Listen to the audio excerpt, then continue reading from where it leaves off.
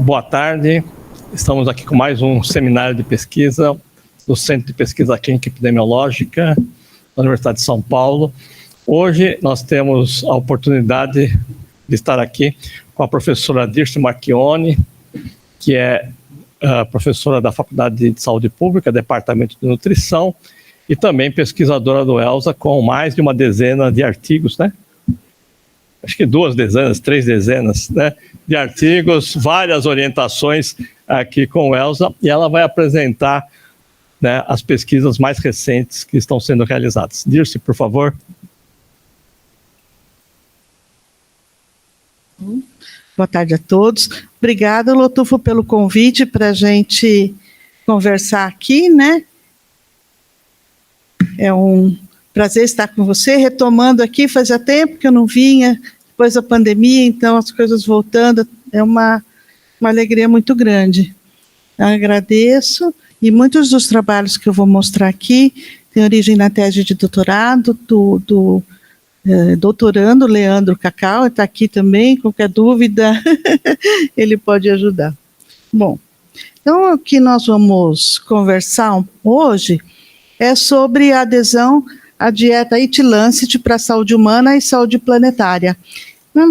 Eu vou começar dando um pouco de contexto do que é essa dieta Eat Lancet, que muito tem se falado desde 2019, quando ela apareceu pela primeira vez.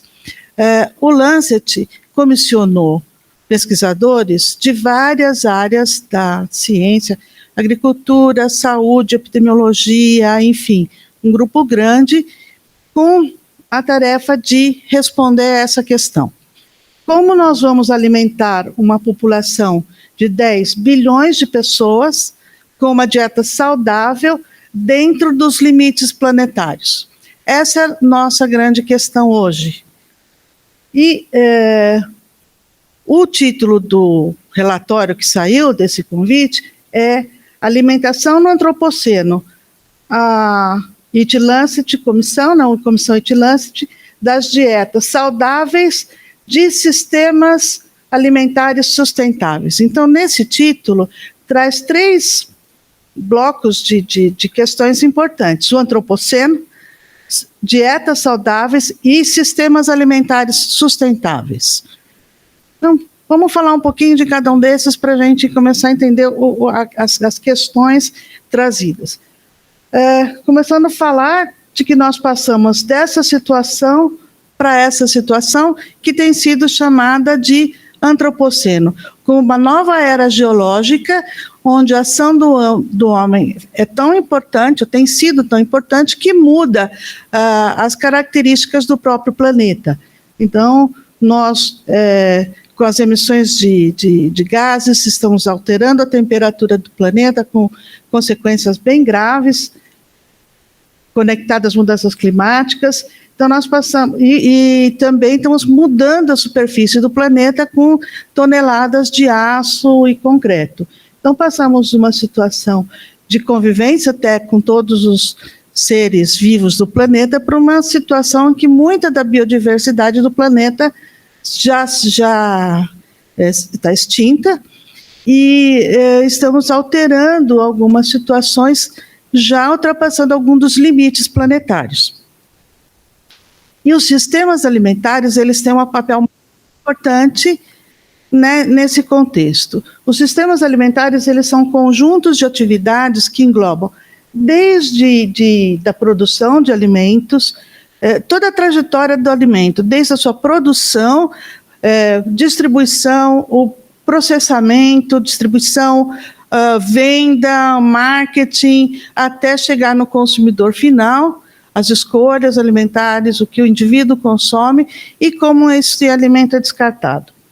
Então, os sistemas alimentares são todo esse conjunto de coisas, não é simples, tem várias representações gráficas, essa é uma delas, que mostram essas interdependências da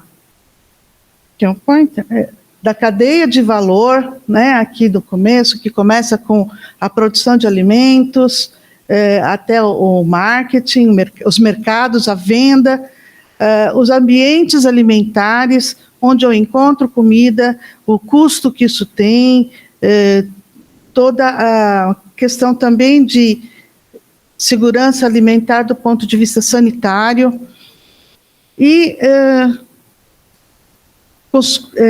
comportamento do consumidor, até chegar nas questões, né, da dieta, as consequências da dieta, as consequências na saúde e na sustentabilidade. Então, esse é um mapa de sistemas alimentares e que tem vários drivers, tecnologia, infraestrutura, políticos, socioculturais, e várias questões ultrapassando perpassando esse sistema alimentar. E não por acaso né, esse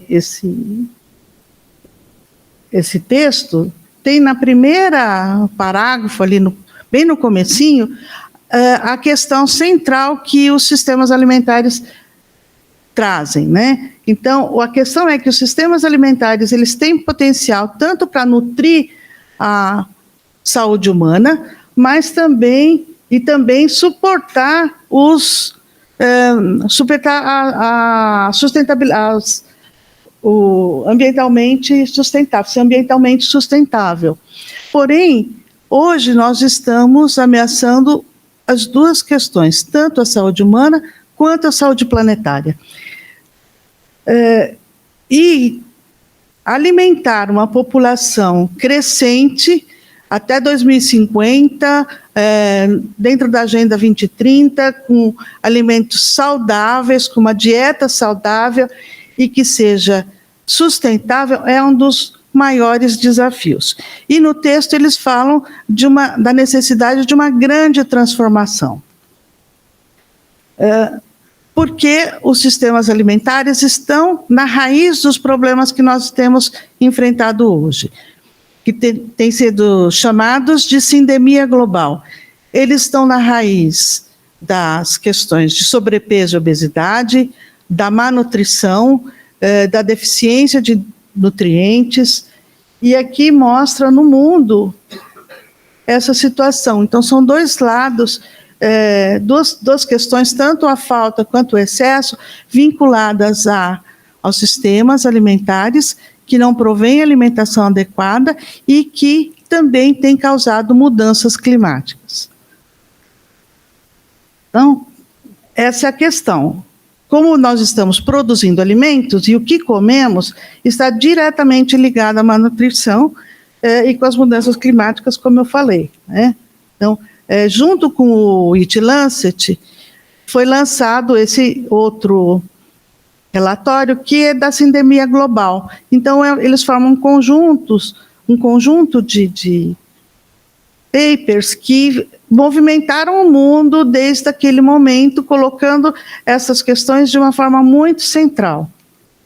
Nós chegamos aqui, né, aqui a sindemia global, e que formam as 3 pandemias de obesidade, de desnutrição e de mudanças climáticas.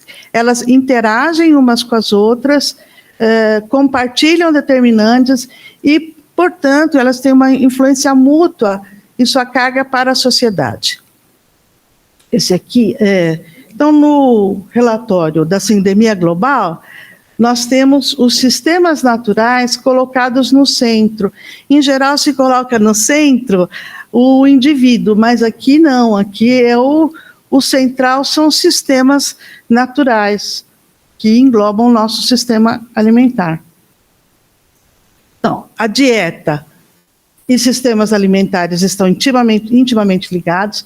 A dieta é aquela seleção de alimentos ingeridos por um indivíduo, escolhidos entre os disponibilizados pelo sistema alimentar. E apesar de nós termos um número extremamente grande de plantas e alimentos comestíveis, a humanidade se restringe a uma pequena dezena. A soma das dietas cria a demanda geral de alimentos, que vai dirigir os sistemas alimentares, e as dietas, então, elas são tanto resultado como causa impulsionador dos sistemas alimentares. Então, e a nossa dieta, então, ela é um conjunto de vários sistemas, por que não um só? Porque depende do tipo de alimento. Nós podemos ter aqui, por exemplo, uma verdura cuja plantação é periurbana, então é num circuito curto, por agricultores, pequenos agricultores, muitas vezes agricultores familiares. Nós temos, por outro lado, a carne, que é uma commodity, que é produzida intensivamente, o feijão, que pode ter tanto o pequeno agricultor como um agricultor maior, pode viajar a maiores distâncias, e o arroz, por exemplo, que vai usar grandes quantidades de água. A segurança hídrica também é uma questão importante para a segurança alimentar e para os sistemas alimentares, lembrando que os recursos naturais, eles são finitos, eles podem acabar um dia.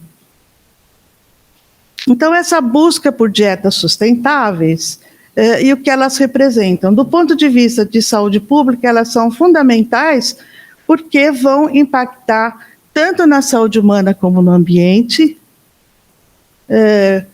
E a dieta sustentável ela é um fio condutor para abordar tanto os riscos dietéticos para a nutrição, seja má nutrição, seja desnutrição, seja obesidade, quanto para o enfrentamento de questões relacionadas ao ambiente. Então, essas questões são de grande importância para a saúde pública. Também em relação à dieta, à nutrição, houve uma mudança no decorrer do tempo.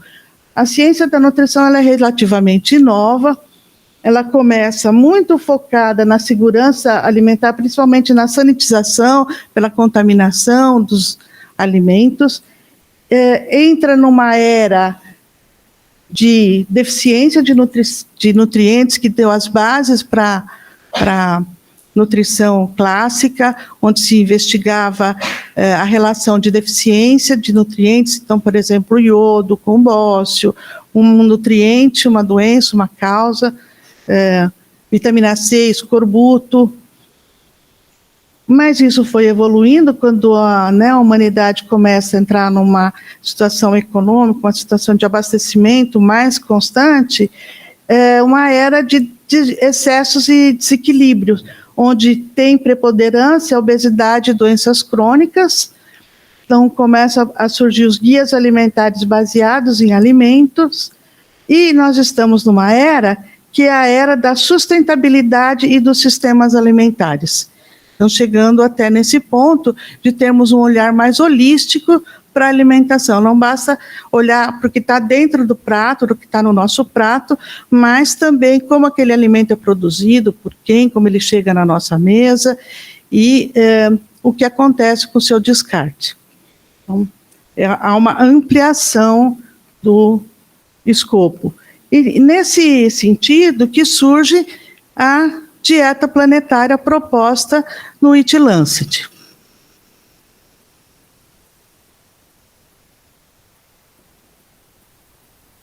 Então, baseados numa revisão extensa da literatura, eles foram buscar as evidências do papel dos alimentos em doenças crônicas, câncer, doenças cardiovasculares, o papel de nutrientes também. Então, eles olharam para esse corpo de literatura, mas também olharam simultaneamente para os limites do planeta, emissão de CO2, água, o ciclo do nitrogênio, e chegaram a esta proposta de valores, como se fossem recomendações para uma dieta que fosse simultaneamente saudável e simultaneamente protegesse o planeta desses riscos, que pudesse ser operado dentro dos limites do planeta.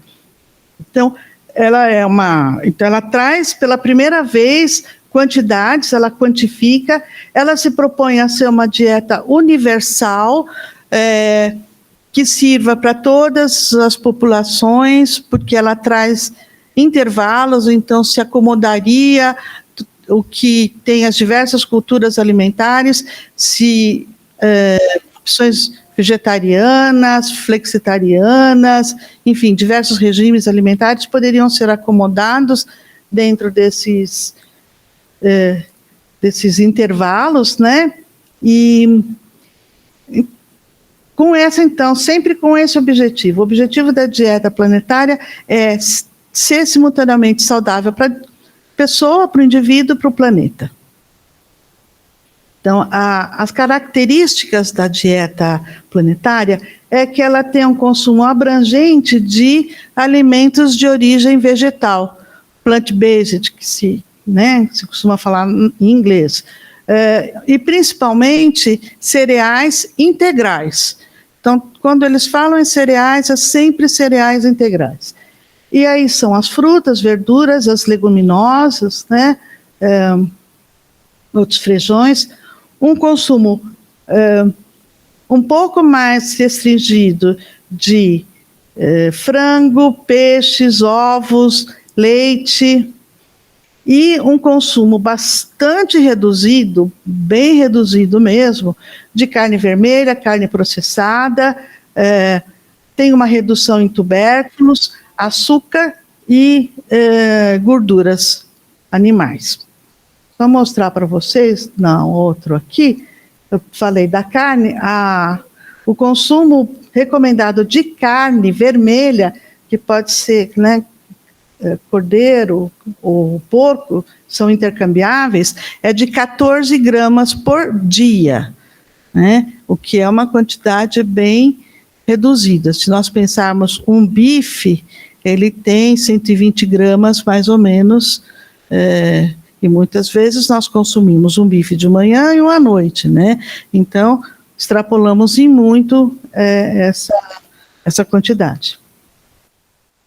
E aí, baseado nessa proposta, nós fomos buscar trazer um indicador que pudesse auxiliar a mensurar como as pessoas se posicionam frente à adesão a essa dieta, né?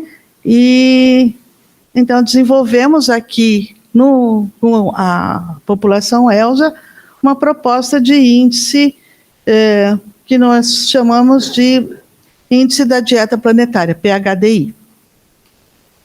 E eu vou mostrar. Aqui é o que eu vou pôr tudo porque ele segue aqueles princípios que segue a dieta planetária. Alimentação adequada, adequação, o que é ideal um pouco mais restrito. Nós incluímos uma razão, que está lá no texto também, de alimentos vermelhos ou alaranjados e de crucíferas, em relação ao conteúdo total de vegetais. E aqueles alimentos que têm que ser consumidos com moderação, que é a carne vermelha, outros tipos de carne, açúcar e gordura animal. E aqui é como ele pontua. Então, nós criamos para cada um desses componentes, são 16 componentes, eles vão pontuar positivamente se aquele componente for benéfico, e negativamente se ele trouxer malefícios. Por exemplo, os leguminosas, se a pessoa consumir a recomendação, que ela vai ganhar 10 pontos, né? Se ela não consumir nada, consumir pouco, vai gradativamente sendo pontuada. Então, não consumiu é 0, consumiu no limite vai ganhar 10. Já a carne, por exemplo, deixa eu achar a carne. Aqui, carne vermelha, eles falam para não consumir ou consumir muito pouco. Então, se consumiu nesse valor, vai ganhar, maior ou igual a isso, vai ganhar 0. E à medida que for diminuindo, né, o consumo vai ganhar até o consumo 0, vai ganhar 10. Então, se você consome pouquíssima carne, você ganha uma pontuação maior. Então, nesse sentido, é inverso. E tem alguns alimentos que têm, até um ponto, eles ganham ganhou um 10 o máximo, mas depois, se você continua consumindo excessivamente, você vai perdendo pontos, né, até novamente ser 0. Então, tem um balanço entre aquele consumo positivo, aquele consumo negativo e aquele consumo que se torna negativo quando você excede. Nós temos 16 componentes que, ao todo, pontuam 150 pontos. Então, aí nós fomos, eu vou pôr tudo também, nós fomos, olhar se o índice está medindo o que ele se propõe a medir. Então, foi a primeira etapa da validação, que foi que nós mostramos que, de fato, ele tinha uma boa correlação na direção que nós esperávamos, né? Conforme maior consumo de gordura total, colesterol, gordura saturada, e alguns, aí surge vitamina B12, que está ligado ao consumo de carne também, você diminui o índice. Por outro lado, ele se correlaciona com fibra, vitaminas e minerais, com alimentos encontrados nutrientes encontrados em alimentos vegetais. Então, outra questão que nós olhamos na validação é se havia uma correlação com a pegada de carbono como uma medida ambiental. E, de fato, ele se correlacionou também na direção esperada, maior adesão relacionado a menor emissão, menor pegada. Aqui, né? O beta, né? E para a relação.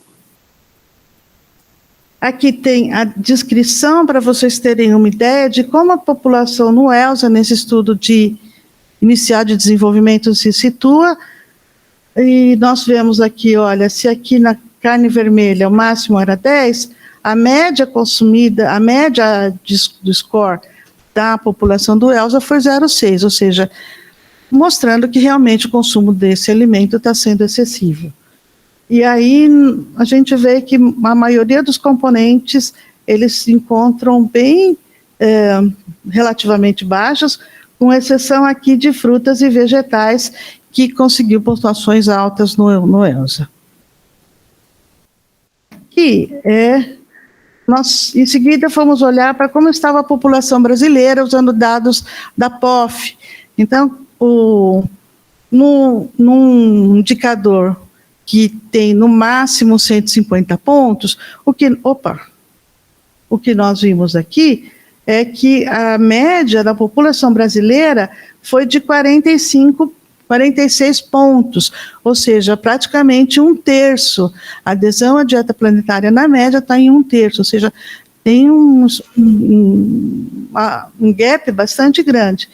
Olhando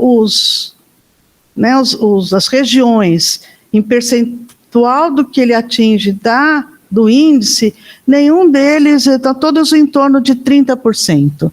Nenhuma região é muito melhor que a outra. Há flutuações, mas tem assim muita coisa para avançar em direção à dieta planetária. Aqui, comparando a população do ELSA, ela se situa melhor que a população geral do Brasil, mas isso não é nenhuma surpresa, né? Só os pontos que tem frutas e legumes, que é uma diferença em relação à população brasileira, já posicionam melhor. Tá? Bom, a questão seguinte, o índice consegue predizer um resultado de saúde e doença? Então, nós vamos olhar isso também utilizando aqui o ELSA, né? Com indicadores de obesidade, o IMC e circunferência da cintura. E aí o que nós vimos também é que, acho que tem mais um, né? Tem uma relação inversa para o IMC aqui, né? E uma relação também inversa para a circunferência da cintura, ou seja, quanto maior a adesão à dieta planetária, foi menor a relação, foi menor o IMC e também a circunferência da cintura. Da mesma forma, quando olhamos divididos em quintil, teve uma redução no IMC e na circunferência da cintura, de acordo com maior adesão ao PHDI. O outro estudo que nós fizemos foi com a adesão ao perfil de risco cardiometabólico, né? E também vimos que o PHDI teve uma boa performance em relação à pressão sistólica, diastólica, colesterol, LDL e não HDL, com relações inversas. Quanto maior o índice, menor esses indicadores. Nesse mesmo estudo, usando o Ideal Cardiovascular Health, que são 7 métricas, né, nós também observamos aqui relações não tão claras, mas também que vão na direção de menor risco.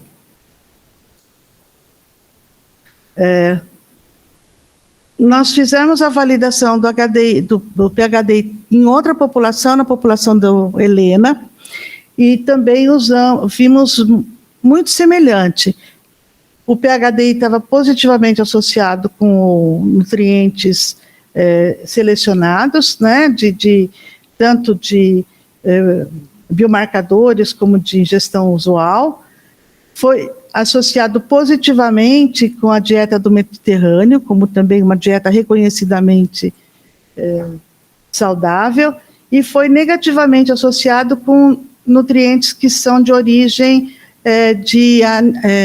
animal, então as carnes e outros nutrientes. No entanto, o score também só atingiu cerca de 30% do máximo possível, ou seja, a adesão nos adolescentes do Helena também está bem aquém do possível de se atingir.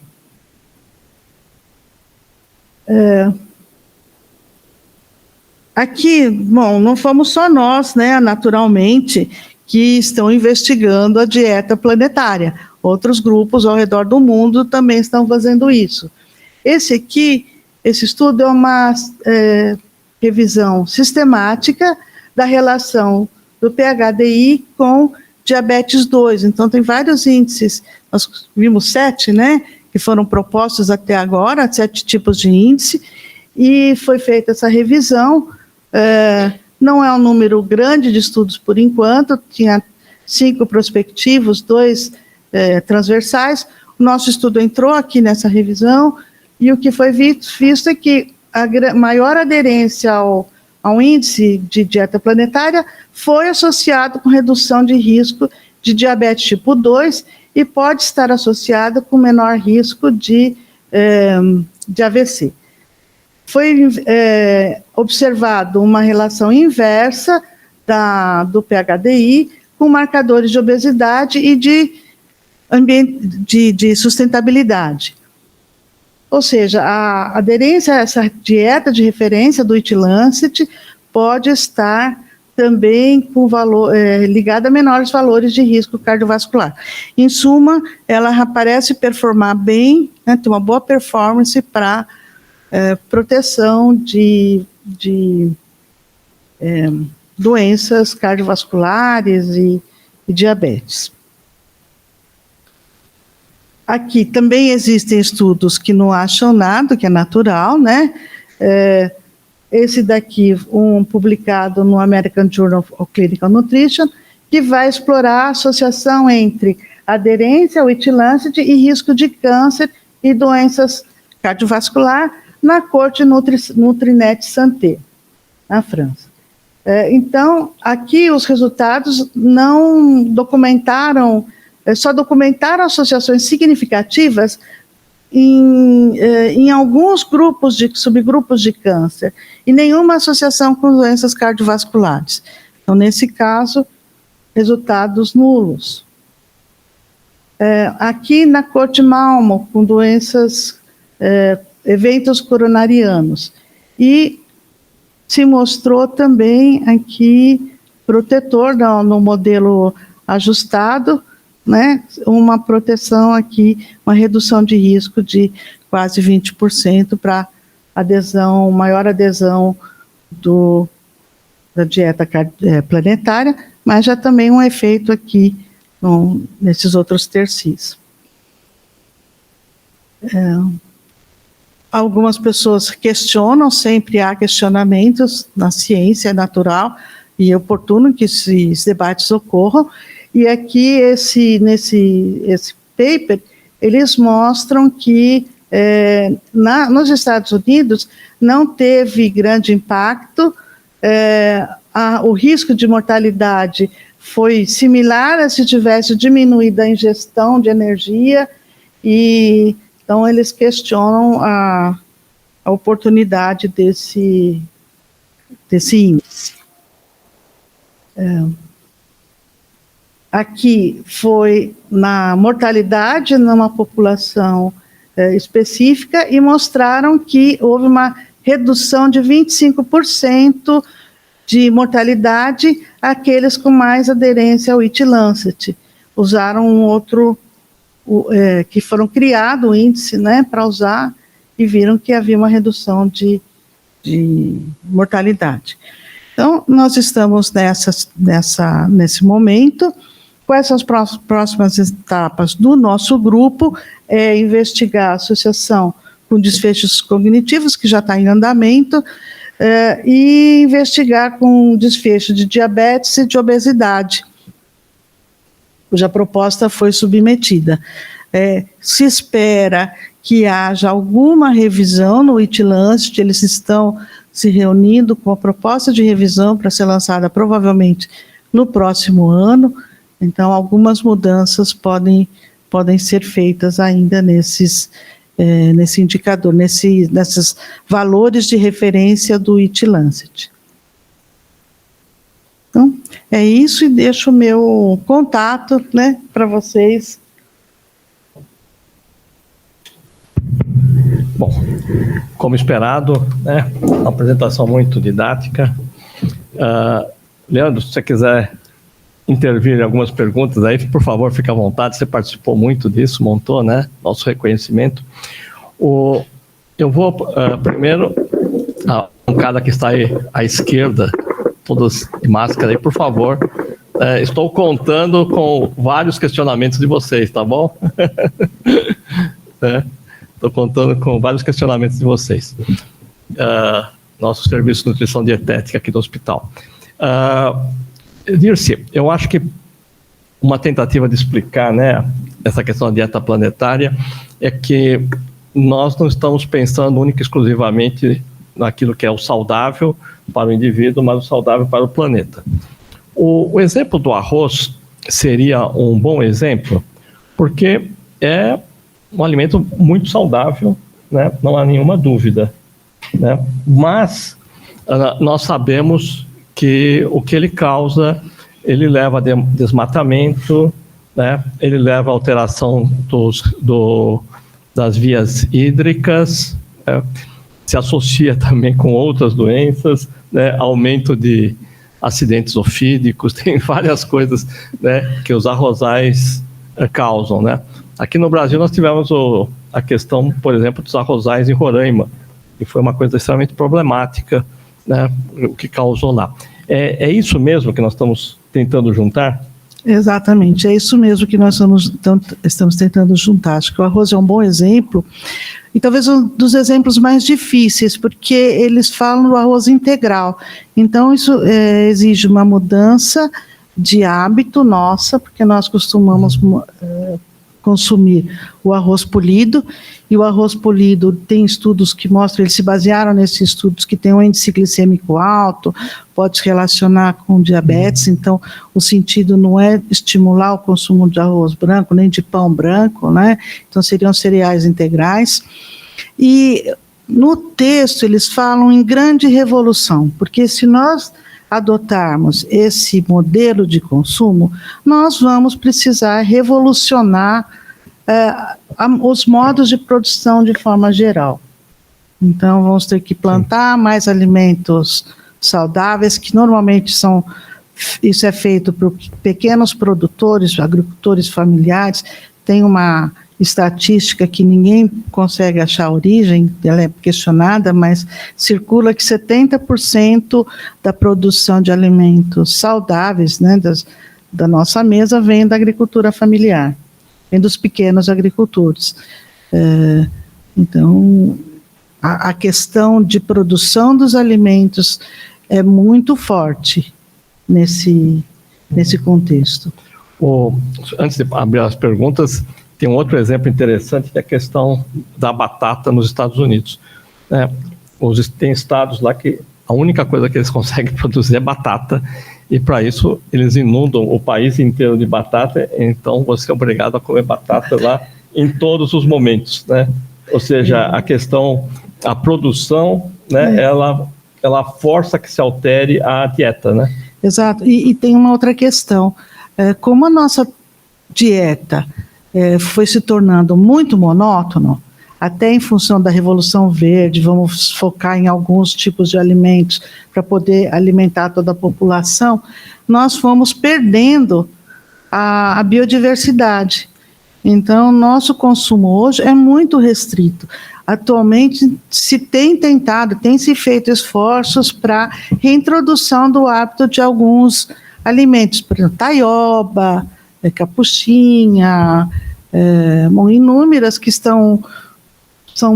que eram comuns, né, no tempo da nossa avó, e que foram sumindo, e você não consegue comprar. Então, é também uma via possível de renda para o agricultor, comercialização em circuitos curtos, e aumenta a diversidade da nossa dieta. Ter uma dieta diversa é extremamente importante também para boa nutrição. Isso não é tão aparente aqui, eles estavam preocupados em falar frutas de uma forma geral, verduras de uma forma geral, mas isso deve ser feito, esse consumo deve ser feito atrelado à biodiversidade daquele local. Não faz muito sentido nós trazermos frutas que cruzam o oceano, né, para serem consumidas aqui. Então, frutas nativas não se consegue comprar, porque não são produzidas comercialmente, mas a gente consegue comprar vários alimentos que vêm de navio, de avião. Bom, podemos ir para as perguntas. Enquanto isso, quem vai se inscrever, já pode passar o microfone. Eu passo aqui o Deoclésio, professora Isabela. O Deoclésio faz uma afirmação que nós temos que lembrar muito dos estudos de José de Castro e da importância de se adaptar à dieta planetária, analisando as especificidades do país. Correto, né? Sim. Corretíssimo. O Josué de Castro continua muito atual. Você lê o livro dele e os mapas que ele propôs. Hoje você olha o mapa que a Rede Pensan produziu no segundo Vigitel, eles são muito semelhantes. Continuamos igual, né? Norte, Nordeste, com insegurança, e ele já mapeia também os alimentos, né? Então ele está corretíssimo. Essa é uma das críticas da dieta planetária que às vezes não leva em consideração a cultura, apesar de no texto eles dizerem que isso é possível. Mas um dos exemplos seria a mandioca.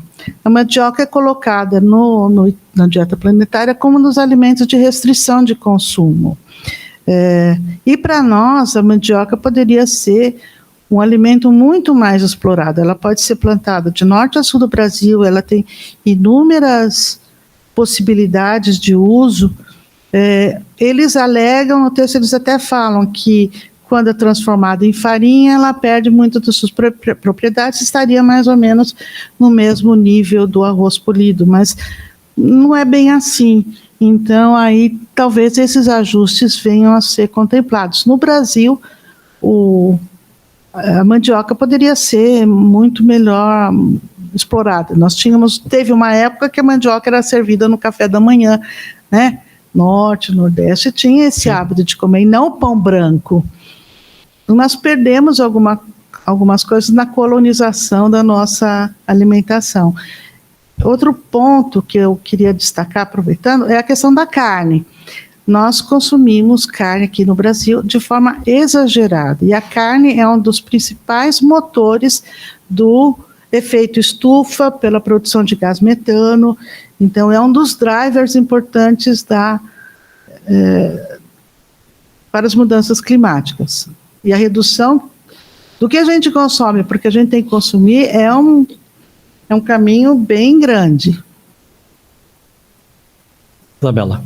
Não, Dirce, é isso que eu queria falar, não só da mandioca, mas dos tubérculos, né? Eu vi que eles são as outras coisas são esperadas, mas assim, os tubérculos, né, tem vários tipos da América do Sul, por exemplo, que poderiam ser, e melhores que a batata, inclusive, né? Os portugueses, né, fizeram uma confusão com a mandioca, então eles foram levando a mandioca. Mandioca hoje em dia é um alimento de subsistência na Tailândia, porque tem aquela coisa de, enquanto ela está embaixo da terra, ela está boa, então na batata não, né? Você tem que colher, né? Então, como que isso entraria aí?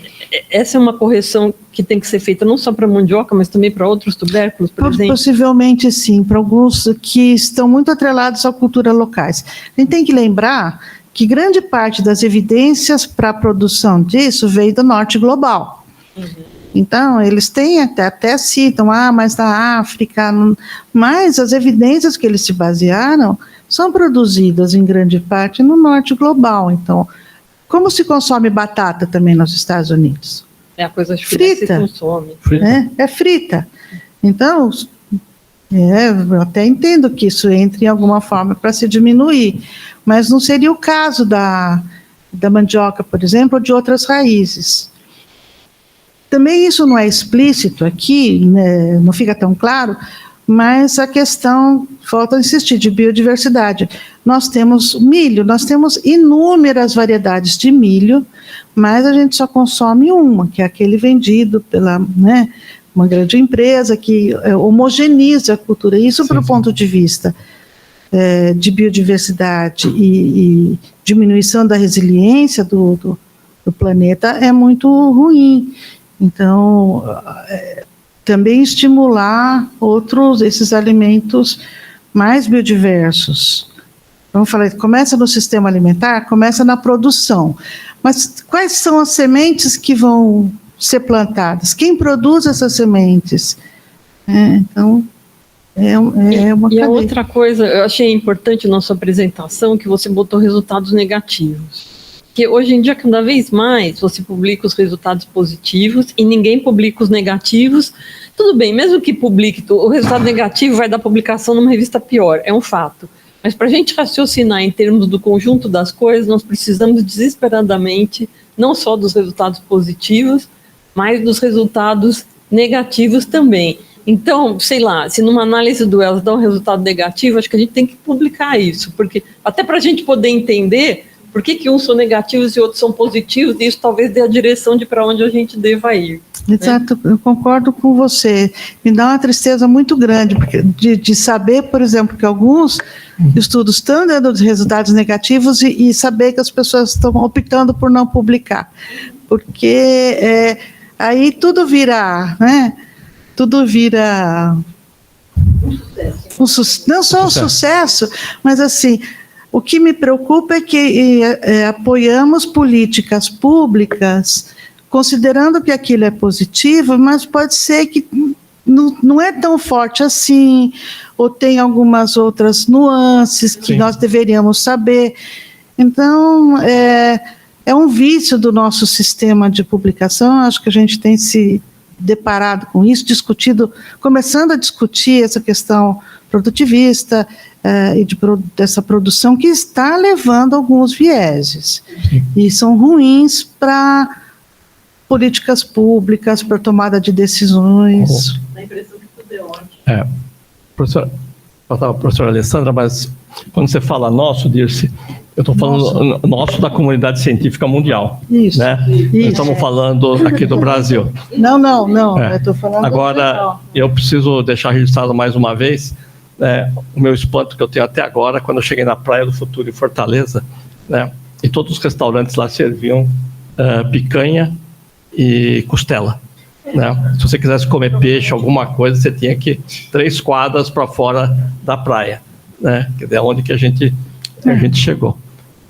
Alessandra, por favor. Obrigada.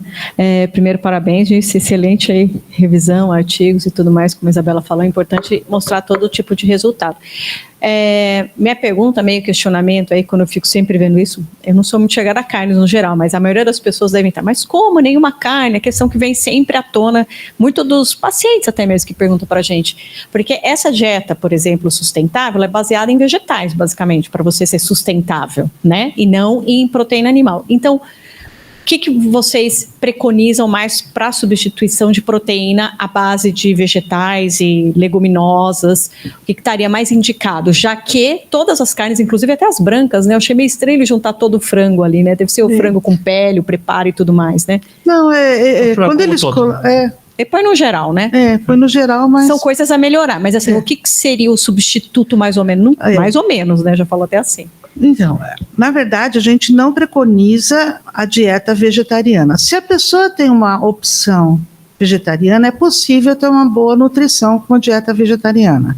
Nós usamos a dieta planetária, né, a comunidade da nutrição, ela não advoga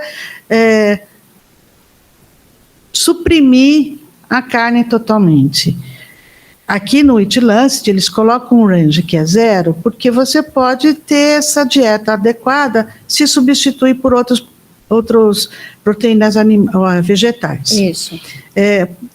Existem comunidades, existem populações que o consumo de carne dentro daquelas limites adequados é extremamente importante. A carne é um alimento super rico nutricionalmente. Então, países que têm desnutrição infantil ainda, países que têm comunidades que têm problemas de nutrição, deficiência, anemia, a carne é um bom alimento. O problema é que a gente, nesse lado mais ocidental, e no Brasil, estamos exagera, né?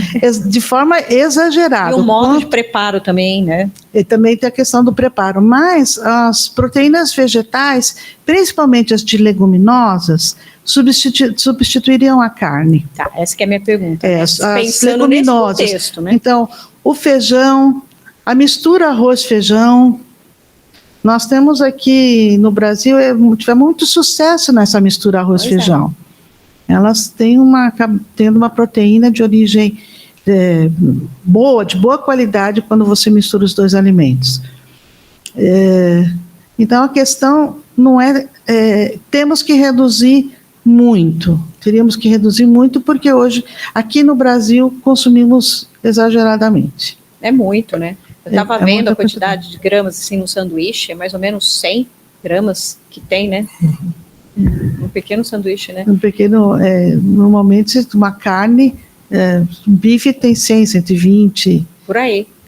E quando tem menos, o pessoal comer reclama, um hambúrguer, né? O pessoal fala, você quer o de 120 ou 180 gramas? Não é?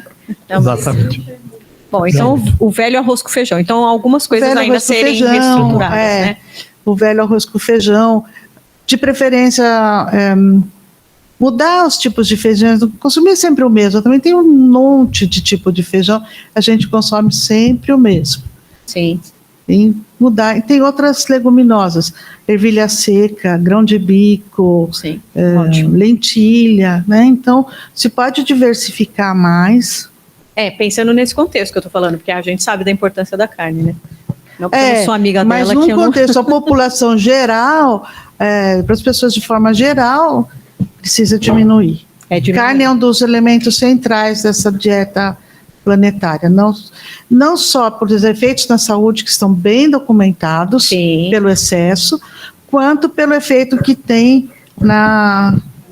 no meio ambiente. Não só desmatamento, e daí perda de biodiversidade, produção de grãos para alimentar o gado, e a emissão do metano. Perfeito. Obrigada, Vildice. Parabéns mais uma vez. Uma questão importante, Dirce, que nós já tentamos fazer isso, mas nós vamos insistir agora. A Universidade de São Paulo tem a maior escola de agronomia, né? A Luiz de Queiroz, em Piracicaba. Temos uma faculdade de zootecnia em Pirassununga. E eu acho que um passo importante que nós temos que dar é que esse diálogo precisa ser muito fortalecido, né, entre a área da saúde e quem está formando, né, todo o pessoal aí para todo o sistema alimentar. Então, acho que um dos próximos passos nossos aí é estreitar, trazer mais essas pessoas para o nosso lado, para a gente conversar mais sobre o que a gente pode fazer, porque eles têm experiências muito interessantes. Muito. Né? Mas, às vezes, o que falta a eles, muitas vezes, é validar alguns achados. Né? E nós estamos distantes dele. Para mim, esse é um passo importante que nós podemos fazer aí, em breve, com essas 2 unidades da universidade. Seria muito... Eu não sei se vocês estão sabendo da aprovação do INCT Combate à Fome. Eu acho que vai ser um espaço bem interessante para essa aproximação também. Ele nasceu do GT Combate à Fome, que o professor Varran instituiu, e esse grupo que eu faço parte fez uma proposta para um INCT. E aí nós não temos só a Exalc e a USP, a Saúde Pública, a Medicina, mas nós temos também, junto, unidades como a ECA, que estão trabalhando a parte de comunicação, e São Carlos com ciência de dados, que estão trabalhando com inteligência artificial, para a gente discutir o combate à fome e insegurança alimentar dentro da perspectiva de sistemas alimentares sustentáveis e direito humano à alimentação adequada. E devia incluir a FEA também, né? A FEA está também. Porque quando os nossos economistas chegam no poder, na verdade, também. Saber que alimentar as pessoas não é custo, né? É obrigação do Estado. Nem me fale, assisti uma apresentação do IPEA, parecia que estava tudo maravilhoso. Quando você faz a média, Exato. Fica tudo ótimo. Mas eles estão também, na verdade, tem mais de 80 pesquisadores. Sim, de várias universidades. Acho que vai ser um espaço bacana de interlocução, porque essa aproximação tem que ser feita mesmo. Nós estamos nos aproximando aí. A Cristina Carvalho, dentro do estudo, Dirce, os produtos são considerados, são ditos orgânicos? Não. Nem se discute nesse momento, nesse texto, alimentos orgânicos. É uma questão importante, a forma de produção, o uso intensivo, né, de fertilizantes, agrotóxicos, defensivos, mas aqui nem se planeja, nem está se falando orgânicos, porque aí nós acho que teríamos que reduzir para a população geral, o acesso ainda é bastante dificultado. Tem programas muito bem sucedidos da alimentação escolar, que tem aumentado o consumo, a compra de alimentos orgânicos, e isso tem feito com que haja um mercado, isso pode baratear custos e dar acesso a um número grande de pessoas, de crianças, né, com alimentação orgânica, que não teria essa exposição a esses elementos químicos. Mas ainda também tem um grande avançar. Rodrigo. Olá, Dirce, parabéns aí pela apresentação. É só um comentário, eu queria que você falasse um pouco sobre essa questão, né? Porque isso que as evidências mostram. Óbvio, a gente sabe que essa dieta tem benefícios e outras dietas semelhantes, como você falou, a mediterrânea, etc. Mas a minha questão isso depende de política pública, né? E a gente sabe que são situações bem difíceis por causa de toda aquela cadeia produtiva, tem interesses inúmeros na indústria alimentícia, os grandes produtores de monoculturas, enfim. O meu medo é que esse tipo de evidência acaba sendo jogado, então, né, uma medida preventiva do ponto de vista populacional, acaba sendo jogado para consulta clínica individual, né? Então, aí o que vai acontecer? Os pacientes que, obviamente, não vão conseguir comprar essas comidas de qualidade, é que ele está vendo, ele não adere à dieta, né? Então, acaba sendo uma medida de prevenção pública e prevenção populacional. Por ser difícil de ser implementada, ela acaba sendo jogada na ponta e vira uma medida de prevenção de risco clínico individual na consulta com o paciente, como isso acontece com a maioria das medidas preventivas, né? Você não consegue fazer uma estratégia populacional, que é a que de fato tem benefício, e aí é lá na ponta, né? Olha, dieta hipossódica, você não pode começar uma dieta, tal, né? Senão você vai morrer de hipertensão, etc., essa coisa. De fato, a intenção é movimentar toda uma cadeia aqui de stakeholders, de agentes, para que se mude políticas públicas para mudança global na forma de alimentação. Não é, obviamente, uma questão clínica, mas, com certeza, as pessoas se beneficiariam se seguissem alguma do que a dieta preconiza. Porque a dieta preconiza, basicamente, que ela seja baseada em alimentos de origem vegetal, com pouco consumo de carne, pouco consumo de alimentos processados, a gordura, açúcar. E nós sabemos que o item que as famílias mais gastam na alimentação é carne. Carne é um produto caro. Bom, quem vai no supermercado, quem sabe do que eu estou falando, né?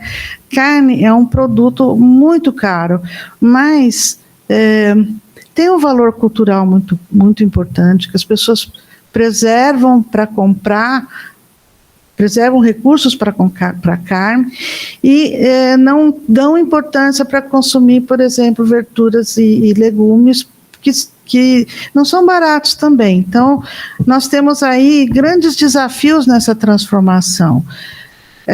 Uma delas seria assim, o desapego que nós temos tem um pouco de desapego à carne, né? A gente brinca que as nutricionistas estão falando, diminuiu o consumo de carne, e o nosso presidente no primeiro dia fala assim, vamos todos poder comer picanha. A gente entende o que ele quis dizer, que as pessoas vão ter acesso à alimentação que elas querem, né? A gente quer que as pessoas tenham a soberania, quer que as pessoas possam comprar o que quiserem. Então, achar um equilíbrio é uma questão delicada. Mas não é uma questão clínica, aí passa. Por que nós não temos sacolões com preço de subsidiado quando a gente subsidia a Coca-Cola? Nós subsidiamos a Coca-Cola, e muito. A Coca-Cola ameaçou ir embora do Brasil se fosse retirado o subsídio, enquanto o subsídio continuou. Então, bilhões, né? Mas a gente... O subsídio é o que? O açúcar? A Coca-Cola. A Coca-Cola, a fábrica da Coca-Cola. Eram bilhões. Eu tenho isso em algum slide aí, né? Foi na época do Temer ainda. Se vocês tirarem, nós fechamos a fábrica e vamos embora do Brasil. Se continua subsidiando, nós não teríamos que subsidiar alimentos saudáveis. Outra questão, os grandes fazendeiros, produtores de commodities, têm acesso a financiamento, têm acesso à tecnologia, têm proteção de seguro, e o pequeno produtor tem acesso a isso? Eles estão protegidos? Mas quem que está produzindo os alimentos saudáveis da nossa mesa? É o grande produtor de soja ou é aquele pequeno produtor que está lá, choveu, perdeu tudo, seca, perde tudo, né? Então, parece simples, porque você fala assim, mas essa dieta é só comer mais alimentos vegetais e diminuir carne e está tudo resolvido. Mas isso tem implicações extremamente importantes em todo o sistema, em toda a cadeia produtiva. A hora que eu resolvo, vou realocar a terra, vou dar terra para os pequenos plantarem, né? Vou abrir financiamento, vou abrir crédito. Então, assim, por isso que a gente mostra na figura, tem os drivers políticos, os drivers econômicos, os drivers sociais. Não é tão simples como falar assim, come mais frutas e verduras e diminui o consumo de carne. Isso talvez no nível individual, no clínico, não fosse nem tão difícil de alcançar, mas como sociedade global é bastante complexo. Ok, gente, estamos chegando no nosso horário. mas a discussão continua. Semana que vem, a professora Patrícia Constante Jaime estará aqui. Ela foi uma das autoras do Guia Alimentar Brasileiro. Então, neste horário, teremos uma continuidade, né, de toda essa discussão sobre um outro ponto de vista que foi o da intervenção. Então, não percam, né, segunda-feira, 19 de junho, 13h30 aqui. Agradeço muito a professora Dirce e com certeza vamos voltar aqui, né, em outras apresentações de resultados aí do ELSA Brasil. Bom, então, boa tarde a todos. Obrigada.